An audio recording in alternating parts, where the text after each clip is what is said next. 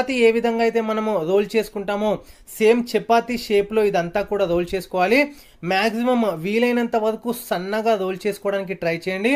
ఇప్పుడు మీరు చూసినట్టయితే చపాతీ లాగా మనం రోల్ చేసుకున్న తర్వాత ఇప్పుడు ఇందులో యూజ్ చేస్తున్న ఇంగ్రీడియంట్స్ వచ్చేసి కీరా యూజ్ చేస్తున్నాను, ఒక చిన్న పీస్, దాంతోపాటే కొంచెం కొత్తిమీర తురుము, ఒక పచ్చిమిరపకాయని సగం చేసుకున్నా నేను, ఆ పచ్చిమిరపకాయ కూడా ఇందులో యాడ్ చేస్తున్నాను.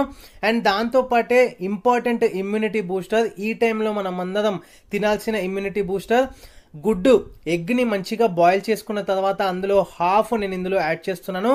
యాడ్ చేసుకునే ముందు దానికి కొంచెం ఉప్పుతో పాటు మిరియాల కోటింగ్ అనేది ఇచ్చిన తర్వాత ఇందులో దాన్ని రివర్స్లో పెడుతున్నాను. పెట్టి ఇప్పుడు దానిపైన ఒక చిన్న ఆనియన్తో పాటు దాంతోపాటే ఇప్పుడు టొమాటో కూడా ఒక స్లైస్ని నేను పెట్టిన తర్వాత ఇప్పుడు దాన్ని పాకెట్స్ మాదిరిగా క్లోజ్ చేస్తున్నాను. ఇప్పుడు మీరు చూస్తున్నట్టయితే ఈ విధంగా క్లోజ్ చేసుకోవాలి.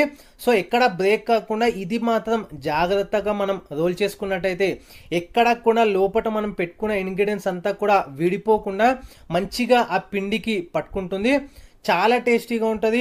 ఒక్కటి గుర్తుపెట్టుకోండి, మర్చిపోకండి, ఈ పిండి మిక్స్ చేసుకునేటప్పుడు ఖచ్చితంగా వేడి ఆయిల్ వేస్తే ఇంకా క్రిస్పీగా అవ్వడానికి ఛాన్స్ ఉంటుంది అనమాట.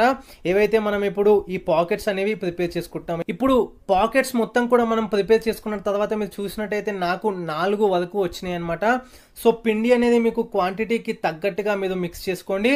ఇప్పుడు ఆయిల్ హీట్ చేసుకున్న తర్వాత డీప్ ఫ్రైకి సరిపడేంత ఆయిల్ హీట్ అయిన తర్వాత ఇప్పుడు అందులో ఒక్కొక్కటిగా మనం డ్రాప్ చేసుకొని మంచిగా గోల్డెన్ బ్రౌన్ వచ్చేంత వరకు ఫ్రై చేసుకోవాలి. ఒక్కటి ఖచ్చితంగా పాటించాల్సిన విషయం ఏంటంటే లో ఫ్లేమ్లో మాత్రమే పెట్టుకోండి. అప్పుడైతే నేను లోపల అదంతా కూడా మంచి టేస్ట్ ఫ్లేవర్ అదంతా కూడా బాగా పట్టుకుంటుంది. లేకపోతే హై ఫ్లేమ్లో పెట్టేస్తే మొత్తం పైన అంతా బ్రౌనిష్ అయిపోయి లోపల అంతా పచ్చి పచ్చిగా అట్లానే ఉంటుంది. కాబట్టి